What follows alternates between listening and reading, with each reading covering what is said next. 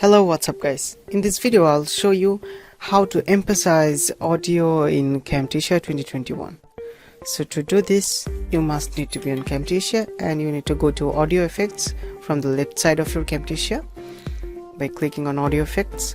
Now you can see emphasize options available, so simply select, click on the left mouse key and put that thing into your audio.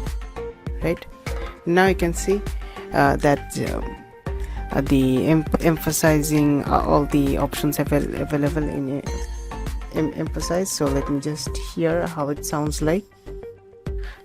So first of all you need to take a look on the left side of your screen, and now you can see visual effects. You can just click on visual effects, or you can click L button in your keyboard, right? So in this you'll be able to edit the emphasizing all the things related to emphasize.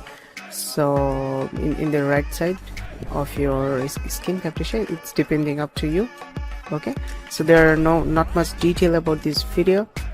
I hope you guys understand how you can do this. If you have any kind of question regarding this video, feel free to ask in the comment section below. I'll see you in the next video. Until then, stay tuned with 5-minute solution.